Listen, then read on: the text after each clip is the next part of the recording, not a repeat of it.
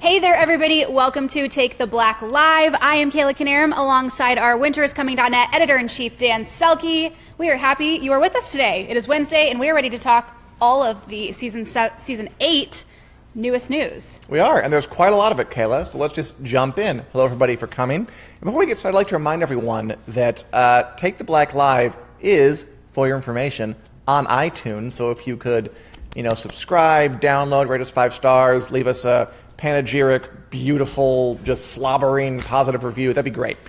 But with that said, a lot of news is coming out of the Season 8 set, Game of Thrones, and thank you all for joining us. Hi, Dan. Hi, Lucy, Kathleen, Julie, Andrea. Good to see everybody here. And let's just jump right into it. Let's do it. Kayla, we're pretty far into filming on Season 8 at this point, and Game of Thrones is almost over, but there is still time to have some new blood into the cast. Is his name Dan Selke? No, that's ridiculous. How could that happen? Wishful thinking. It is. The point is, HBO is casting new actors to play new roles in Game of Thrones Season 8. Even this late in the going, they're still adding new people. So if you guys are interested in getting on Game of Thrones, you might still have a chance. To be specific, they are casting. They want 3 new actors to play 2 new roles. We have a young mother, age 25 to 30, and it could be you, right? It could be you. And I'll mage and get on it. Young twin girls, age 5 to 8, to play that young mother's daughter. Side note, you sent me an email this week, and it was the best email I'd ever received. You asked me if 2 people played the part of Michelle on Full House. I said, Daniel, yes, Mary-Kate and Ashley, hello. I didn't use the names, but I did. They used Mary-Kate for more tomboy scenes, Ashley for more girly scenes, and they used Ashley a lot more when she was a baby because she cried less. That's good. I didn't know that. Fun fact.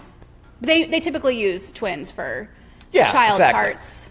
Which is why they want young girls here. They don't want to have twins on the show. They want to have a young girl on the show who's around 5 to 8 years old, and because child labor laws are strict, they want young twin girls to play her. These characters are going to be in a disaster situation, and a survival situation. Kayla? It can also be a disaster situation. It kind of is the same-ish thing. What do you think that could mean, Kayla? A young mother and her daughter in a survival situation. I mean, on this show, who knows? I kind of get the idea. By the way, if any of you have ideas, feel free to let us know. I'd love to know. I'm guessing probably some peasants in King's Landing. I can see dragons kind of raiding the place or something, and they are. Cersei will be behind this somehow. Maybe.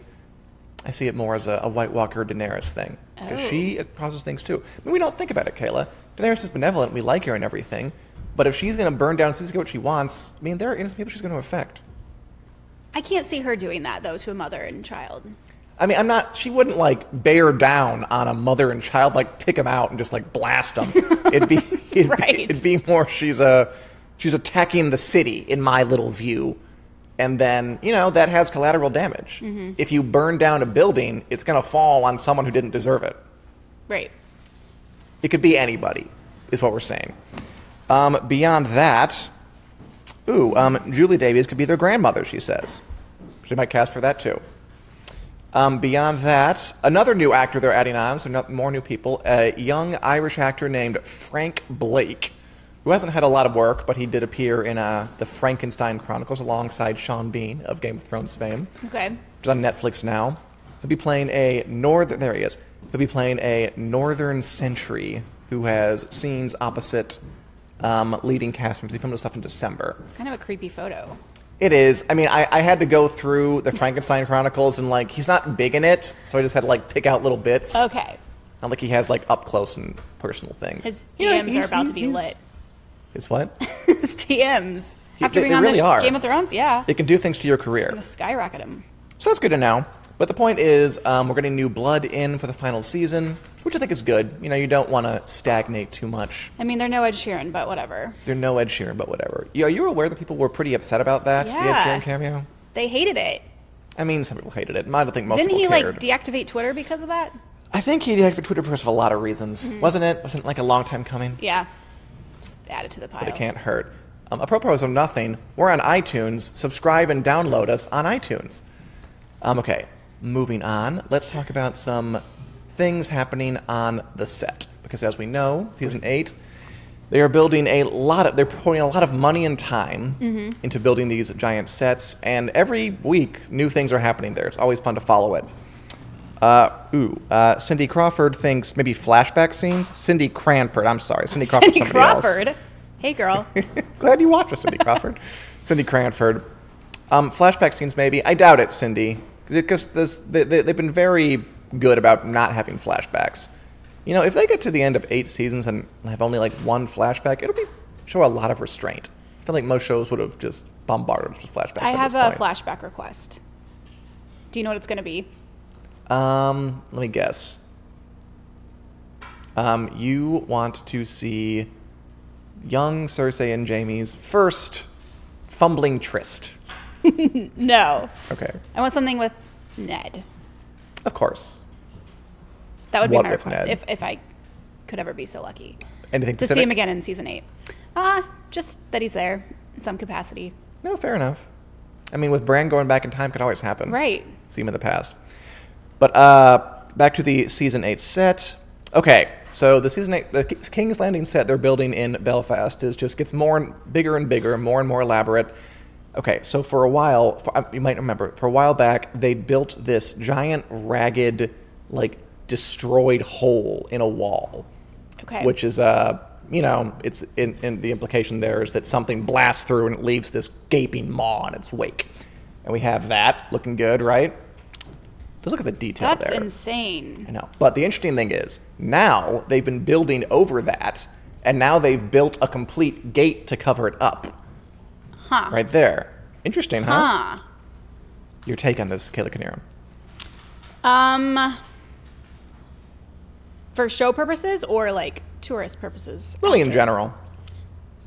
How about show first and tourist after? Keeping something out to put that up? Yeah, keeping absolutely. Something out. Yeah, because they're putting up the gate so they can blow it up on camera, right? Right. That's got to be it. What's your take, Dan? That's my take. I just said it to you. That Okay. they built the Anything gate. specific, though? Like, who were they? Not really. Dragons, White Walkers, whatever. But the point is, they're going to be a big old gate, film some scenes in front of it, and the only reason they would build that kind of lovingly crafted gaping maw under it is so they can blow out that wall in a spectacular fashion using carefully controlled special effects methods. And then it'll look great on camera, and then leave that hole in its wake, and then film people pouring over that. So just the point is, they're preparing to dazzle us with special effects. Although practical special effects, which are really the specialist kind of special effects, I find. That's special. I agree. Subscribe on iTunes. Well, that's fun. Anybody have This will any... be more natural next time.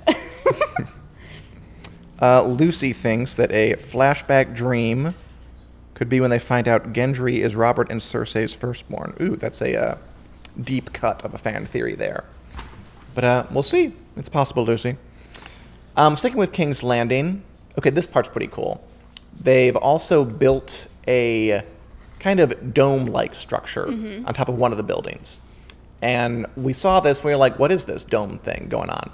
And then Watchers on the Wall, another Game of Thrones fan site, pointed out that it's actually a replica of a dome on top of St. Blaise's Church in Dubrovnik. Now, why would they do that, Kayla? Because that's always the city that they've Yeah. modeled it after. So they're basically, they're not only building King's Landing, they're building like a swath of Dubrovnik in Belfast. Because Dubrovnik looks so much like King's Landing, so they can probably match it back and forth, you know? They'll get shots of Dubrovnik, shots of the King's Landing set, and it'll be easier to match back and forth if they have the exact same skyline. They are getting technical in season 8. They're getting detailed in season 8. Yeah. And again, for fun, we all know, we see the side-by-side there. Well, part of it. If you go to the left, you can see the dome, whatever. The point is that the whole thing is going to be left up for tourists after filming is over. So all this beautiful detail, you'll be able to experience yourself. I'll be able to experience myself when I get a ticket to Northern Ireland and tour Titanic Studios. And we already know how I feel about that. Love these things. Because you've been to, Oh. what? Oh, yeah, you said you went to, like, the Friends apartment or something or other. Oh, yeah, the outside of it, Home Alone house, Mrs. Doubtfire house. Home Alone, is that Full in House Chicago? house. That is. Dan, it's The- right the down Home the Alone street. house? It is. Maybe it is. Good 20 point. minutes north. The one Check from it the first out. one? Yeah. Okay, And second. neat. And maybe third. I thought the second was in New York. It's the family still lives in Chicago. Fair. Okay, I gotcha. It's been a while since I've seen those. Lost in New York, but home is Chicago. I'll love that. So it just keeps getting more and more elaborate. And finally, there's one other piece of King's Landing news, because it just won't stop. There's been a bit of a breaking news bit. This is a minor spoiler, so like put one of your fingers in one of your ears, but you don't have to do much for this. It's surely you remember the big meeting at the Dragon Pit at season 7, Kayla, Oh, where they all yes. came together. How could we forget? How could we forget? It was fun. Cersei was throwing side-eye at everybody. Daenerys comes in the dragon. It was a good time. Everybody gets mad. Everybody talks. The biggest, I think the most characters ever in the same place in the show's history. It was bananas. Yeah, it was a good time.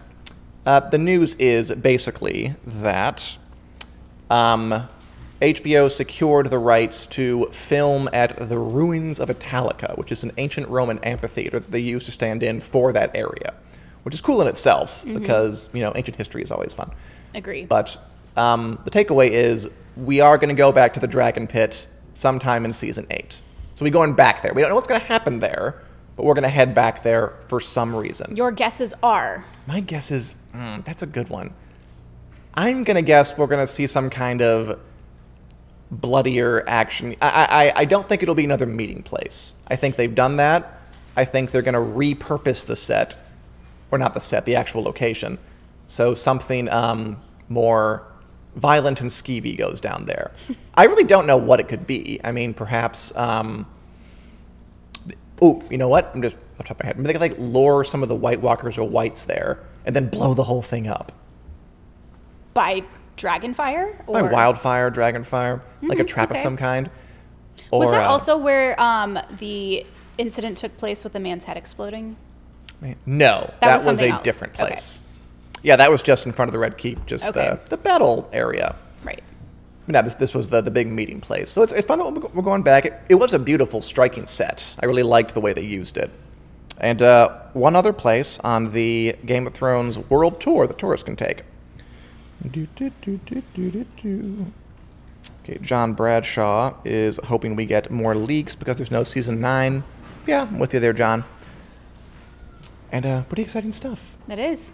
Good news. I'd like to interrupt this moment to remind you all that the Take the Black live is now on iTunes. You can subscribe, download, rate us 5 stars, and leave glowing reviews. I think we're doing really well. I think you're doing great, Dan. Anyway, one last thing I wanted to hit before we move on to A Song of Dan and Josh. Don't you have to tell someone something 9 times before they remember? That's just what you're doing.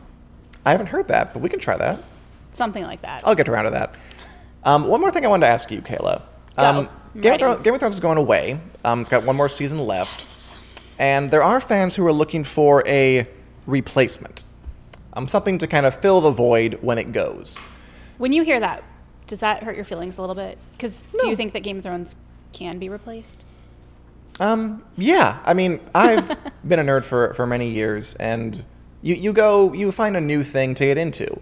Like, Harry Potter was a lot of people's first kind of foray into this. You can get into things like Lord of the Rings after that, get into A Song of Ice and Fire after that. There's always something around the corner. Yes. Always something new to devote your time and mental energy to. Or in this case, your TV-loving bandwidth. And Amazon is kind of throwing its hat into the ring of potential Game of Thrones successor shows with a giant show based on the Lord of the Rings world. It's not going to be the actual books. It's going to be like before the books. We're not 100% sure of the details. What we do know is that according to Reuters, according to a source, Amazon is spending $500 million. $500 million on 2 seasons of this Lord of the Rings TV show. That is asinine. That's a great description. That is. Okay, why do you think it's asinine? That's so much money. Like, one Game of Thrones episode is $15 million. And $500 million for 2 seasons? And that's for the final season after it's, proved its worth. Exactly. And gotten people to watch it. And didn't I read that it's $250 million to have the rights? Yeah. And then another $250 million for production. Yes. That's so much money. It is a lot of money. I will say this, Amazon's priorities might be a little different because when HBO makes a show and they pour money into it, they have to get the return by you watching it or buying swag. Amazon makes a show, they can get the return by you watching it, subscribing to their video service, or if you go there and then buy things on Amazon, they get paid for that too. To their marketplace. Yeah, so maybe they have a bit more of a different incentive for pouring giant tons of money into a TV show. So they're just assuming that they'll get that much and some back. Yeah, By pulling people to Amazon. they're assuming that they'll break even somehow or another, but it's still an enormous expenditure for an unproven show. They think pretty highly of themselves. I mean, they also think pretty highly of the Lord of the Rings brand, which is, to be Yeah. fair, a very successful, popular. But this will be the prequel. It will be, and I mean, still don't know what that means exactly. I still don't know, and I've wrestled with that because I'm a big Lord of the Rings fan. That was kind of like my pre-Game of Thrones love, Naturally. nerd love, and I mean, I'd watch it. I'd certainly watch it, at least the first episode. But it kind of reeks of opportunism to me a bit. That there's kind of seizing what's hot at the moment because it's hot, not because it's the right thing to do or the creative thing to do. Right. Should you But tap into something new altogether? Right. That hasn't been done yet. And I'm curious what you guys think. Would you watch a flashy $500 million Lord of the Rings show? Would that kind of help with Game of Thrones withdrawals after it's over? Because I am torn. I won't lie. Ooh, Dan says, you can't make a good show by throwing money at it, which I think is true. Yeah. I completely agree with that, Dan. I'm trying to think of examples of that not happening. I can't think of any, but I'm sure there are some. And you should probably subscribe to us on iTunes. I'm also very, like, I don't know. Once I see the original thing and then they try to, like, do a prequel or sequel, like, and it's all different Right. people, it just doesn't work for me. I don't know. Here we go. Remember when they did that that Yes. Sex and the City prequel? Yeah, the with Carrie Diaries. Carrie Diaries. That didn't go anywhere. No, it was on the CW, I think. It lasted a few seasons, I think. But kind of that thing. did not interest me. I love Sex and the City, and I had no interest in watching the Carrie Diaries. No, me neither. Nobody did. The So only I went thing that away, has gotten me is Fuller House as a sequel. which is a sequel, right? And I mean, the movies for Lord of the Rings are not that old, and they're still very beloved and successful. So I just wonder if they're stumbling into a quagmire that they don't realize is there. But we can't be for sure. No one here seems to like it. Lisa Davidson says no. Emma, not really. Julie Davis will not be watching it. Ugh. I am morbidly curious, but I am curious to see where it goes, but I'm tentative. Anyway, Kelly, do you have any other thoughts on Game of Thrones, A Song of Ice and Fire, or how people can subscribe to us on iTunes? Tell us how they can subscribe on iTunes. You can go to iTunes and subscribe. And then what? You can download episodes of Take the Black Live on iTunes, if you so please. Rate us 5 stars, or, 5. Leave us glowing reviews. I think there was one other thing.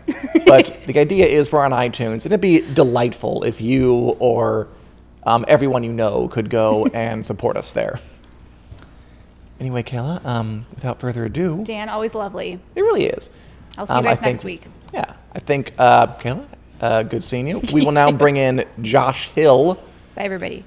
who is Fansided's editor, to talk about more of A Song of Ice and Fire, our weekly read-through of A Song of Ice and Fire. We're still on A Game of Thrones, the first book in the series.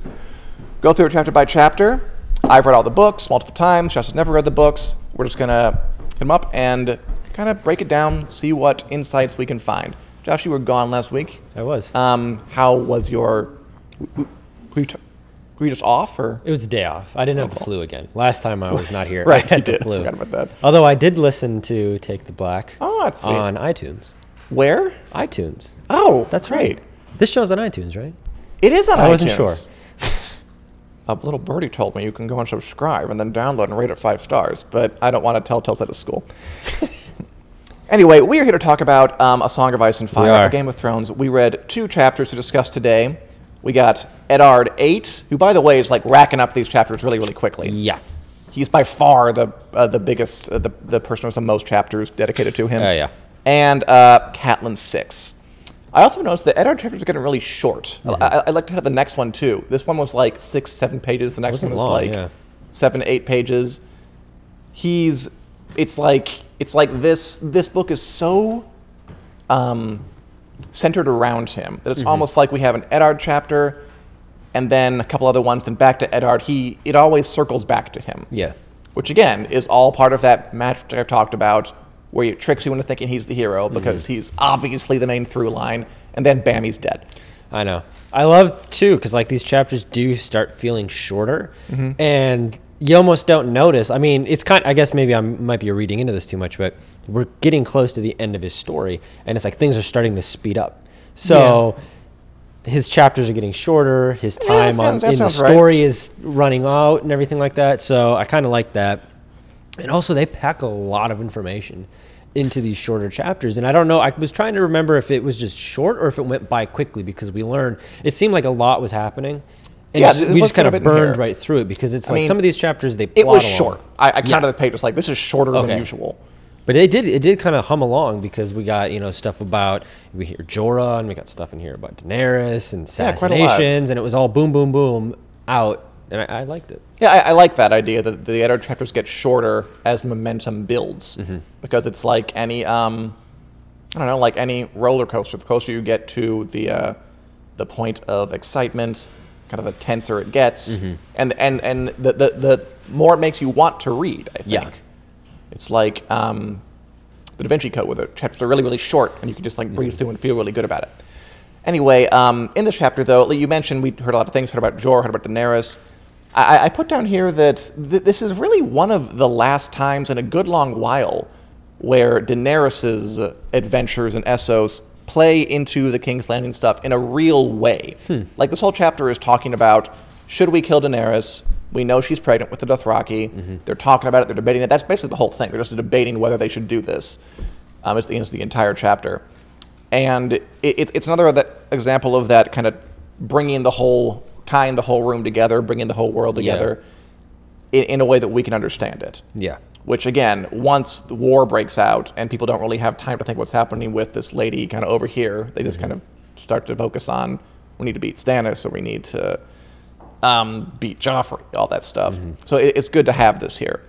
But beyond just that being nice and the world being tied together, let's talk about the debate itself, because there are perspectives on both sides here. So King Robert wants Daenerys dead because he fears what would happen if she crosses the Narrow Sea with an army, or rather Viserys, I guess, with an army and takes back the kingdom. Ned does not want that to happen, Barristan Selmy, because he doesn't want to kill a young girl. Yeah. Whose side are you on? Do they both have points? What are their points? Can you untangle this web of moral ambiguity? The one thing I took away from this, and I think you made this note, was that honor was not a good thing in this. Like, Ned was the most honorable person. He was. Out of this entire debate. And what purpose did it serve? He's, again, we kind of what you've been saying, like, we think he's the hero, we think he's making the right call. This is, and it's just like, what's the deal here? Because it's all about, it kind of reminded me of... By the way, say hello to the people. Oh, I forgot. Hello. It's not that I dislike everybody. I was just so amped up about iTunes and Take the Black. I forgot. So you can subscribe on iTunes. Hi, Margaret. Hi, Emma. And I'll say hi. Hi, Julie. To everybody, yes. Julie, hello. But at the debate at hand, no, it reminded me of modern politics a little bit, where we have this debate about something very simple that becomes very, very complicated by everybody having their own opinion and everybody not always having the right opinion, and it kind of dilutes the whole debate. And to me, and Ned was kind of like trying to be the straight arrow. He's trying to be that politician who is like, I'm always going to cut through all the BS. And you have everybody else who's playing the game, trying to get to what they want. And it just kind of reminded me of like a modern Congress or something like that, where it's this messy thing and there's no real right answer. And even the guy who does the right thing ends up being wrong, or wrong for him. So that's... Well, I mean, his position is pretty easy to understand. Yeah. He doesn't want to kill Daenerys because he doesn't approve of killing like 13-year-old girls, assassinating 13-year-old girls. It's pretty defensible, I'd say. Yeah. And the arguments against are, I think Varys has like a quote, or maybe Pycelle. It's just a should war come again, how many soldiers will die, how many towns will burn, how many children will be ripped from their mothers to perish at the end of a spear, which is very graphic. Mm-hmm. And that's basically the debate they're having. Yeah. Do you think there's a way to make the honorable point in a way that they would listen to it? I don't think so. I think that they're so set in their ways of this unborn child is going to be the scourge of the earth, danger. or the scourge of Westeros, I guess. And it's just, I don't think that there was any changing their mind, even if Ned came up with. I mean, Robert was kind of. I felt like Varys and Littlefinger and Pycelle were all. No, Varys and Pycelle were basically on team kill Daenerys. Yeah. Barristan was on Ned's side. He was on we don't kill little girls. Yeah. And Robert was like in the middle because Robert was that kind of true warrior dude back in the day, and now he's more of a bureaucrat type, and he's okay with doing this. So he's, it's kind of got like Varys on the devil's side, Ned on the angel's side, and they're trying to talk them back and forth.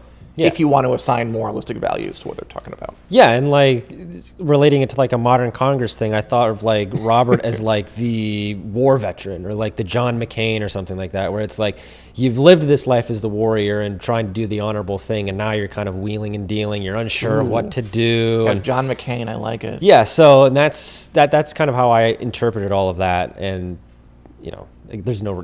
I'm obviously with Ned. Sure. We're not going to kill a pregnant woman. So that's... By the way, I have one other point I want to bring up to you. Also, Julie has a question. Are you available on iTunes? And the answer is yes. We are available on iTunes.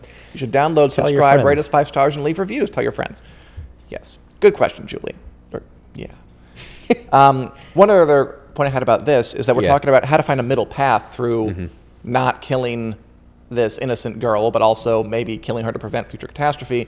Who finds the middle path, in a way, is Littlefinger.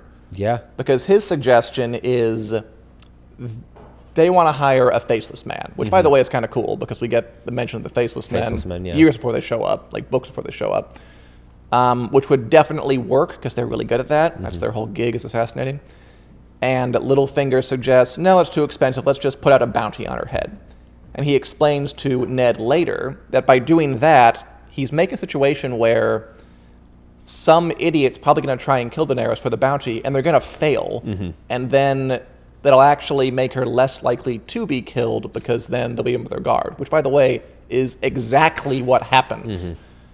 So is that a good move he made? Is that the way it could have been gone down? Doing something skeevy to achieve an honorable result. Yeah, and that's Littlefinger's MO, doing something skeevy for, I guess, a result, not necessarily always an honorable result. He has ulterior motives as to why he's doing that. But that was actually a great suggestion. It really was when he explains buys everybody time. Because Ned's just like a hardliner guy. It's like, let's not kill her. But it's also getting him, Robert fires him, basically, here. He says, you're not the Hand anymore.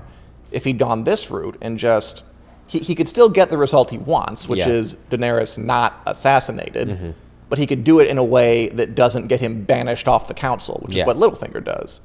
So another example of how he's just not thinking the way you're supposed to think in this kind of politically quagmire-ish environment. His head's not in the game, so... His head's in a different game, yeah. And this was Littlefinger's thing. This is why Littlefinger's always a couple of steps ahead of everybody, especially Ned, because he is always... thinking that way. He knows how to play the game. So, and I wasn't surprised by that. It almost makes you hate Littlefinger a little bit more. But why? He found the right way to do it. He did, but he's just a slimy character, and it's like you don't want that guy to be right. You're like, oh, that's unfair. Dang, why? I think you should reward results. But not when Littlefinger does them. You're biased. I'm going to pick and choose. With goatees. I am. I hate goatees. Fair enough. So you get the nice beard going. Yeah, I guess I don't have to get rid of the sides. I don't know if I'm going to be able to do this anymore. iTunes subscribe now, says Julie. I agree, Julie. And at the very end, there's a little cliffhanger. I think Littlefinger says, I'll take you to meet the whorehouse where one of Robert's bastard daughters is. So that's a cliffhanger there. We'll pick it up in a minute. Let's move on to Catelyn 6, which is a much longer chapter and it's less packed. Okay, my main takeaway from this was...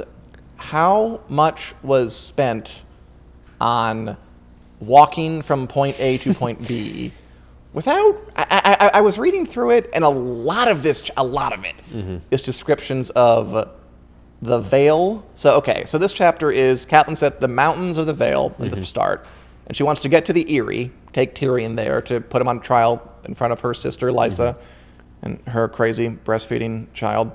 Yeah. But a lot of the chapter is just her walking through, I think I wrote it down, is cantering through verdant greenwood and sleepy little hamlets. There are 4 straight pages of her climbing the mountains to get to the Eyrie. I guess my questions for you are, A, did you even realize watching the show that there is like a kind of valley floor part of the Vale? No. Because I feel like people who watch the show, or even that read the books, that they just think it's all mountains. Yeah. That's what I thought. Which is what we see Yeah. on the show. They cut out all this bit. Yeah, that took me by surprise a little bit, because I was like, oh, it kind of like made it seem more daunting than it was. Not that like a mountain isn't like this incredibly daunting thing, but it's like the peaks and valleys, this whole journey that you have to, because it's like very much indicated that Lysa went up to this castle thing that she has. Right. So, and it is basically to be like to go into hiding essentially. So this whole journey through this area where it's treacherous to try to get to her, I like that. kind of set that up where it kind of reinforced her insanity to me, that she would go and put this between, hide herself in this herself in the world. She would put this thing between her. It's like it only reinforced the insanity, and then we meet her and Clearly. boy, she's insane. That's a good point. I actually hadn't thought of that. That I was trying to think of like, why is there all this description of like the in-between travel bit of it? But you're right. I mean, if we want to underline the fact that how isolated she is and how hard it is to get to her, which I mean, she does claim to be afraid of the Lannisters, so she's hiding out. That long passage of, I mean, there are 4 pages of her ascending the mountain with this Maya character, like going up in her donkey, going through each of the 3 way castles, getting in a little basket, the winch, and being hauled up there. There's a lot of it. Yeah. And you're right. That's a good point. It illustrates just how hard it is to get to the Eyrie, and that could be important in terms of an army can't get there. It's going to be tough. That could be, I mean, it could be a plot later, but so far it really hasn't. Yeah. Interesting to me. Let's see, what else did I have for you from this chapter, Josh? It was also kind of like a comparison of Lysa and Catelyn. Okay. As far as with Catelyn and Bran. Oh, good point. She kind of got crazy, and she did kind of get crazy. That whole fever dream thing that she had, and she snapped out of it, and then she went to King's Landing, and she's like trying to be proactive about it. Whereas her sister or whatever, this Lysa, it's her sister, yeah, her sister, basically hid in the mountains and is breastfeeding her child, who is older than Bran in this, or no, Rickon, right? I think it's older than Rickon, definitely. Rickon, yeah. I think it's about Bran's age. About Bran's age. So is that kind of too old? Is the takeaway? From that? Well, she was like, even like, you know, Rickon is half this age, and he's already more mature than your breastfeeding man-child. So like that to me was like the juxtaposition of Catelyn snapping out of her kind of insanity and going and doing something about it, and then we have on the other side her sister, same bloodline, doing the opposite thing, hiding in the mountains, being a helicopter parent to the nth degree, and just kind of going nuts. So I liked that was kind of there, and it almost to me, Catelyn maybe realized that. She was like, geez, like this is she was not nuts. expecting that. Yeah, so and it kind of helped me with Catelyn's character come around to flesh her out a little bit more to me, that she's kind of realizing there's a lot out there. And it also reinforced to me that the Starks are better than some people, I would say, because they were looking at it, and because with the Ned chapter, Ned's always 2 steps behind and turning down the wrong corner. Right. Whereas here, it kind of reminded us that the Starks aren't just bumbling out of their depth over their skis fools. They are a pretty decent, well put together people, and this was kind of like a very stark reminder of it. So that pun comes up a lot in these discussions. Yeah, I like that a lot. I hadn't thought of comparing Lysa and what's his name, Robin, to Catelyn and Bran, but it makes a lot of sense. Do you think it's exploitative or grotesque to have the breastfeeding aspect? Because that's one of those things from season 1 where they got a lot of attention like the incest, the child pushing out a window, the horse beheading. Now there's a lady breastfeeding her like 8-year-old son. It's one of those like kind of this is a different kind of TV show. Yeah. Do you think it's do you think there's any element of grotesquerie to it, or just a interesting character detail? Well, when compared to the incest and all that, I think this. I guess it fits right in. This is low. This is low on the list of shocking things. Yeah, it's. I think there's a debate about the age in which you stop breastfeeding somebody in there, but too old. George R.R. Martin attempted to have this in 1997, and we're still talking about it. So he did. I mean, it's fun. It's she's like a freaky, monstrous, weird lady. It's immediately arresting, and immediately makes her interesting character. Now, poor kid though. TV spoilers, and I think that I was right. Go ahead. This is who Littlefinger. Somebody kicks out of the moon door, right? Yes. Okay. He will push her out the moon door eventually. Also, he's described as fuller figured and a little bigger and heftier in the book. That she's thinner in the show. I think the word on that was they cast the actor, and they were looking for someone a little fatter, but she just kind of had the desperation going, which is the more important thing about the character, so that worked out. She was very vividly what I was picturing. Yeah, and that definitely. So that, well done by HBO. Speaking of other characters, we actually met quite a few new ones in here. Do you remember Brynden the Blackfish Tully? Blackfish, yeah. Yeah, Catelyn's uncle. Yep. In the show, we meet him in the 3rd season. He's the guy who, when Edmure can't fire the flaming arrow to light his dad's Viking ship boat, he like takes one, just like, let me do it, you idiot, and does it. He shows up here a lot earlier. Okay. Kind of a solid guy. Yeah. You have any impressions of him? No, it was. I recognized the name, so that was kind of stuck out to me. A good sounding board for Catelyn. Yeah. Bronn, I feel like Bronn's coming into view here. Yep. It's like the kind that we know him. Yep. Courage he had and strength, but there was no kindness in him and little loyalty. And she had seen him riding behind Lannister far too often, talking in low voices and laughing at some private joke, which again is right from the show. I think it's pretty accurate. And finally, the last thing we end on is this character who's not in the show, named Maya Stone, who appears in the books a few times. She's the kind of the lady Sherpa who brings Catelyn up to the thing. And a little bit of trivia, I don't know if this has become important in the book, she's not in the show. She is another one of Robert Baratheon's bastards. Oh, huh. Another of hers, because he was fostered at the Eyrie when he was younger, like 16, and he was up to his old tricks even back then, and had this girl a long time ago. But it's just a detail. Like, it never becomes important. It's just, I would hope not. The show just kind of skipped over this important detail. I mean, the show skips over some pretty big things. Not now. Right now, it's pretty sticking to it. But that's a little interesting detail there. And again, I mean, although it makes you think, we did spend a lot of time with her in those 4 pages. Maybe she will come back. I have no idea. Maybe.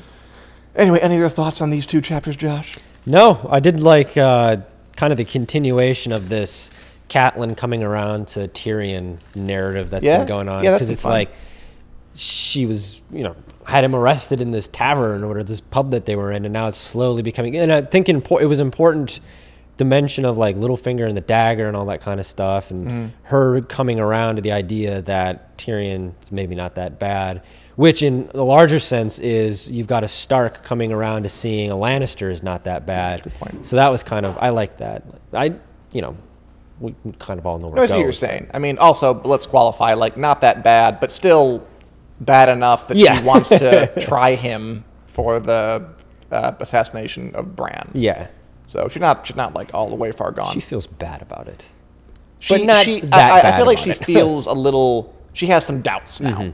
Like there's a one part where she's like, maybe he didn't do it, because it's starting to feel like it doesn't quite line up. Yeah, and I wonder how much Lysa and her craziness will play into Catelyn kind of softening her stance, because maybe that was a reinforcement of, I'm going a little too hard in the paint here. I'm being a little bit rough. Maybe I'm not thinking clearly. This is what happens to you when you go totally off the deep end and just assume everything that's the worst thing is the worst thing.